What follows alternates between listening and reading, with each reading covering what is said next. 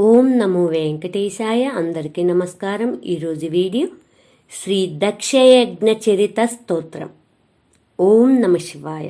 ఓం దక్ష ప్రజాపతి పూర్వం గర్వేణ మతిమోహితః శివం నిందతి సభాయాం యజ్ఞే భాగం న దత్తవాన్ సతీపతిం సమాపృచ్య పితృయజ్ఞం గతా తదా అనాహూతాపి సా దేవి పితృమోహేన చోదితా యజ్ఞవాటే సతీం దృష్ట్వా దక్షః కోపసమన్వితః నిందయామాస రుద్రం చ సతీం చావజహాససః భర్తుర్నిందాం అమృష్యంతి దేహత్యాగం చకార సా యోగాగ్నినా దదాహాశు స్వశరీరం పతివ్రత తచ్శ్రుత్వా భగవాన్ రుద్రః క్రోధావిష్టో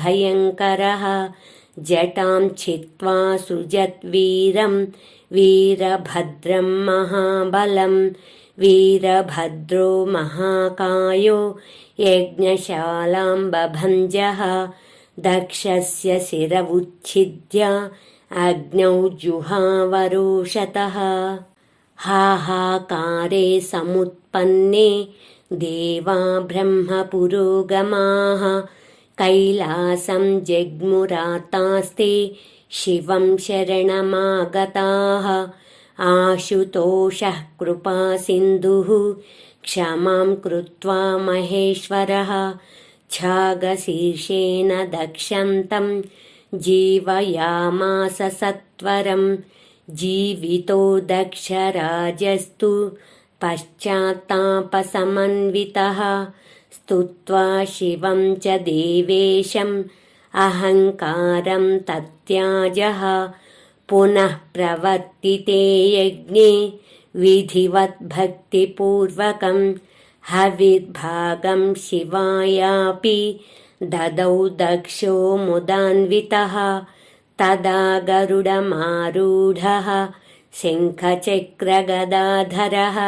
యజ్ఞేశ్వరో హరిః సాక్షాత్ ఆవిర్భూతో రమాపతిః తవ వరద వరాంఘ్రావాసిషేహాఖిలార్థే హ్యపి మునిభిరసక్తైరాదరేణార్హణీయే యది రచితధియం మా విద్యలోకోపవిద్ధం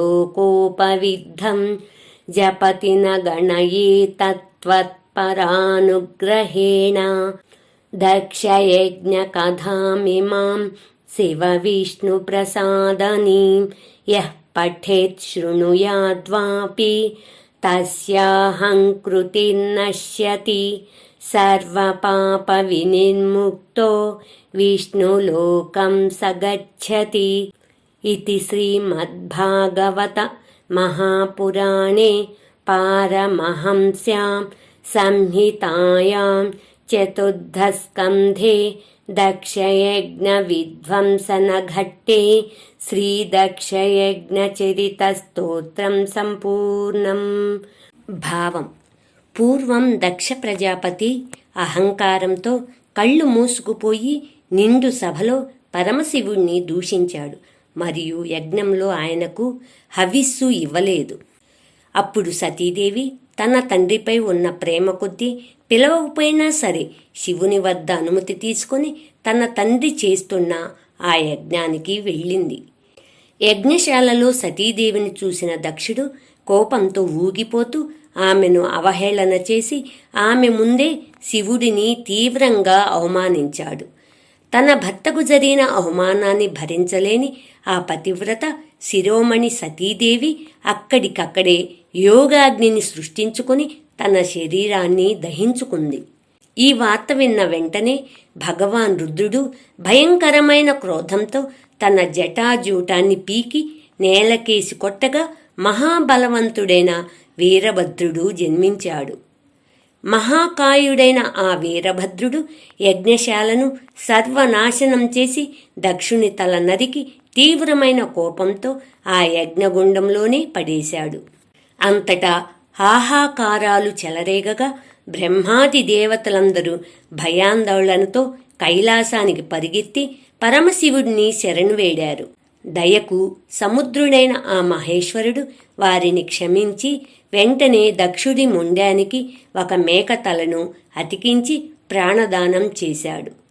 ప్రాణాలు తిరిగి పొందిన దక్షుడు తీవ్రంగా పశ్చాత్తాపడి తన అహంకారాన్ని పూర్తిగా విడిచిపెట్టి ఆ దేవదేవుడైన శివుణ్ణి స్తుతించాడు. ఆ తరువాత ఆ యజ్ఞం మళ్లీ భక్తి శ్రద్ధలతో శాస్త్రోక్తంగా ప్రారంభించబడింది. సంతోషంతో దక్షుడు శివుడికి కూడా యజ్ఞ హవిష్యును సమర్పించాడు.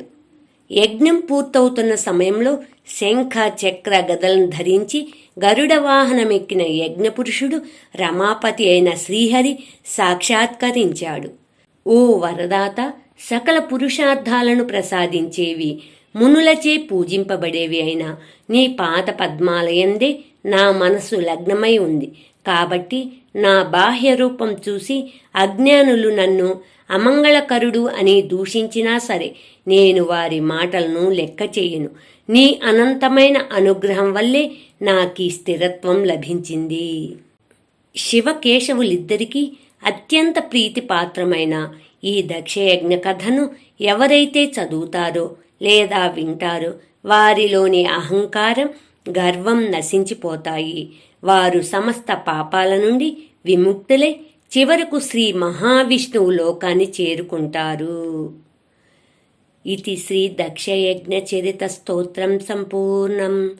Please subscribe, please like, share, comment. మరిన్ని శ్లోకాలతో నెక్స్ట్ వీడియోలో కలుద్దాం. ధన్యవాదములు.